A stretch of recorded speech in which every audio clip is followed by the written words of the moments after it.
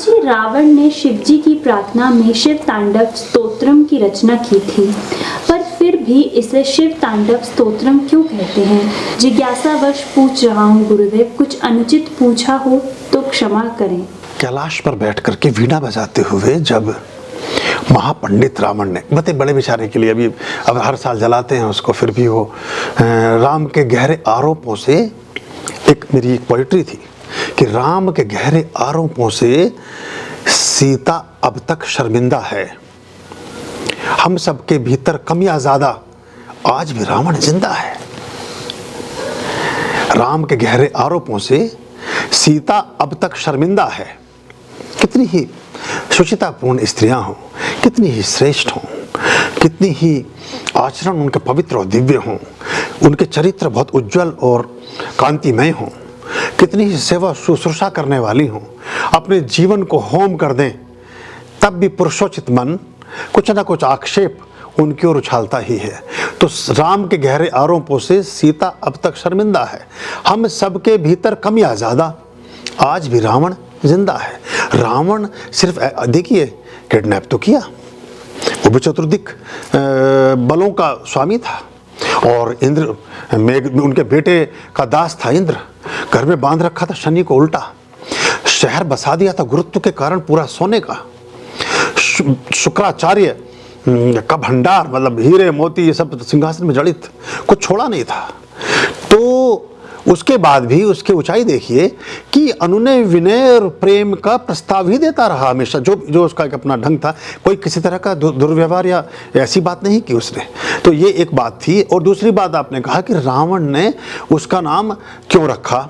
रावण ने ना रखा, रावण ने तो स्तोत्र लिखा था, शिव स्तोत्र लिखा था, रावण कृत शिव तांडव स्तोत्र। अकेला ऐसा स्तोत्र था जिस पर नटराज की भावभंगिमाओं के साथ कैलाश पर जब वीणा बजा रहा था रावण बैठा हुआ वहां बर्फ की चट्टान पर, तो भगवान शिव नृत्य कर रहे थे, और वो नृत्य था तांडव नृत्य। क्योंकि वो नृत्य में कोई, देखिए वहां जो अर्धनारीश्वर स्वरूप, वहीं के बाद फिर शिव को लगना शुरू हुआ, तांडव नृत्य कर तो दिया, पार्वती हंसने लगी, पार्वती मुंह पे हाथ रख के हंसी, बोले तुम गुरु चले एक ही जैसे हो रहे हो, वो वीणा बजा रहे हो तुम पर, ये ऐसे थोड़ी होता डांस जैसे तुम कर रहे हो, तुम्हें देख के तो डर के भाग गए सारे लोग, ये भूत पिशाच ये बैठे हुए ताली बजा रहे हैं, और ये जिन्नात जो हैं ये हंस रहे हैं, दाढ़ी खुजा रहे हैं, कुछ और कर रहे हैं। बाकी तो जो देवी देवता थे भग गए वो तो सारे, उन्हें लगा पता नहीं क्या हो रहा है। तो उन्होंने कहा कि फिर मैं नारीश अर्ध, बोले ये स्त्रियों का काम है, तो वो कहते हैं मुझे सिखाओ, तो फिर वो अलग एक पूरा प्रकल्प है। फिर अर्धनारीश्वर होकर के तो वो जो शिव तांडव किया, यानी कि शिष्य ने इतना लुभा दिया अपने गुरु को, अपने आराध्य को, अपने परमात्मा को, कि वो नृत्य के लिए आतुर हो गए। और वो जो उनकी मुद्रा है नटराज की और बहुत तरह के नृत्य की भंगिमाओं की, वो वहीं से उदित हुई। तो ये तो रावण को कितना बड़ा श्रेय जाता है। और वो तो कैलाश को वरदान के रूप में लेके चली दिया था, वो गणेश जी ने एक कलाकारी करके वहाँ रोक दिया, और उसका अलग एक ताल बना हुआ है। सभी लोगों ने एक पूरा, जैसे ये विपक्ष के लोग होते हैं ना, प्रस्ताव पारित कर दिया कि ये कैलाश पे जाएगा ही नहीं। इंद्र रास्ते में खड़े हो गए, और लोगों के सारे देवता रास्ता रोक के खड़े हो गए कि सारी सिद्धियां वापस ले लेंगे, फला कर लेंगे, ढिमका कर लेंगे। उसने कहा जी मैं गौरी कुंड से पहले ही मैं जाता ही नहीं, लो अगर ऐसी बात है, इतने सारे तुम इकट्ठे हो गए और मुझे तुम रोक रहे हो तो मैं जाता ही नहीं, मैं राक्षस ताल पे बुला लेता हूँ शिव को।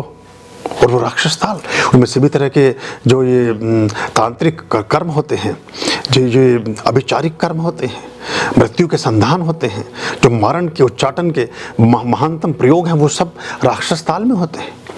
और बिल्कुल अलग उसका पानी ब्लूइश है, अलग तरह का पानी है उसका। मैंने दोनों देखे हैं, मैं ये मानसरोवर की झील भी देखी है और राक्षस ताल भी, दोनों जगह के जल को मैंने अनुभूत किया है, तो बिल्कुल डिफरेंट। उसने वही बुला लिया, बोले ठीक है मत जाने दो घर तक, तुम हम ऐसा काम करेंगे बैठ करके, ऐसी वीणा बजा के भगवान का नाम लेंगे कि वो इधर ही आ जाएंगे घूमते हुए कि कौन है मेरा चेला, कहाँ मुझे याद कर रहा। तो ये इसलिए उसका नाम शिव तांडव स्तोत्र पड़ गया कि जिस पर शिव भी नाचने को उतावले हो गए, आतुर हो गए।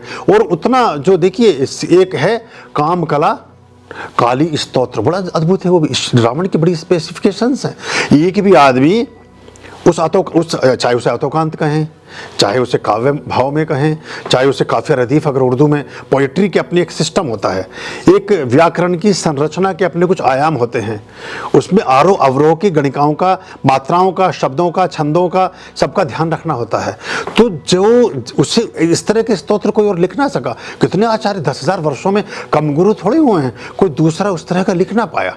आदि शंकर कुछ उस तक पहुंचे पर उतना वो भी ना पहुंच सके। वो रावण के नाम है आज तक, जटा टवी गलत जुला प्रवाह पावित स्थले गले विलंबे लंबितम भुजंग तुंग मालिकाम, एक शब्द है ये, जय हो। तो ऐसे नहीं कुछ, मतलब जो हैं लोग वो हैं, वो अपनी विशेषता से भी जाने जाते हैं। और अपने जिसके लिए, जिस व्यक्ति के शमन के लिए परमात्मा को पुरुषार्थ करना पड़ जाए तो कितनी ऊंचाई पर पहुंच गया होगा वो गण, वो व्यक्ति। परमात्मा देख भर ले तो भस्म हो जाए, परमात्मा के मन में आ जाए कि उठ जाए तो उठ जाए, लेकिन ऐसे ना संभव हो और संघर्ष करना पड़ जाए, धरती पर उतर करके धनुष बाण लेकर के सामने खड़ा होना पड़ जाए, तो कितना उसने मनुष्य वो तो देवताओं से भी, देवता तो बांध लिए थे घर पर।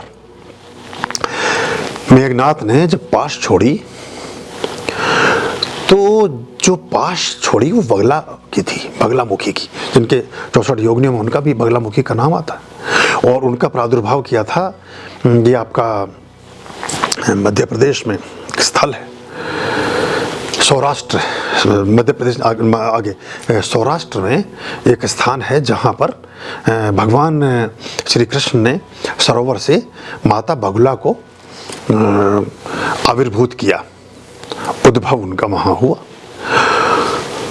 तो उस बगलामुखी की पाश जब छोड़ी, क्योंकि देखिए अब यहाँ बात हो रही है बगला की, और उससे पूर्व, उससे भी पूर्व जनक और ये रघुकुल के कई सम्राटों ने साधनाओं में बगला का महत्व स्थापित किया था।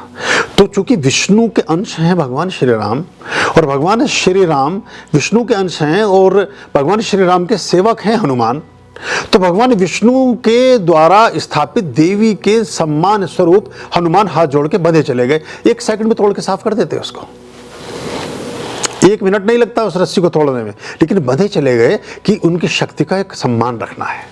कोई बात नहीं, मेघदूत की क्या औकात थी कि हनुमान, और वो देखना था, सारा सिस्टम देखना था, सारा कुछ करना था।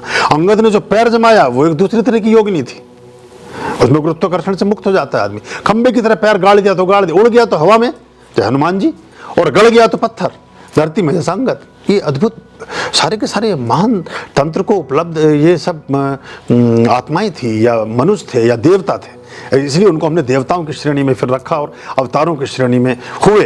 लेकिन उनके जो का पुरुषार्थ हैं वो कहीं ना कहीं हमें इसलिए हमेशा प्रेरणा भी देते हैं। तो ये शिव तांडव स्तोत्र की बात मैं समझता हूँ कि शायद आपको कुछ स्पष्ट हो गई होगी।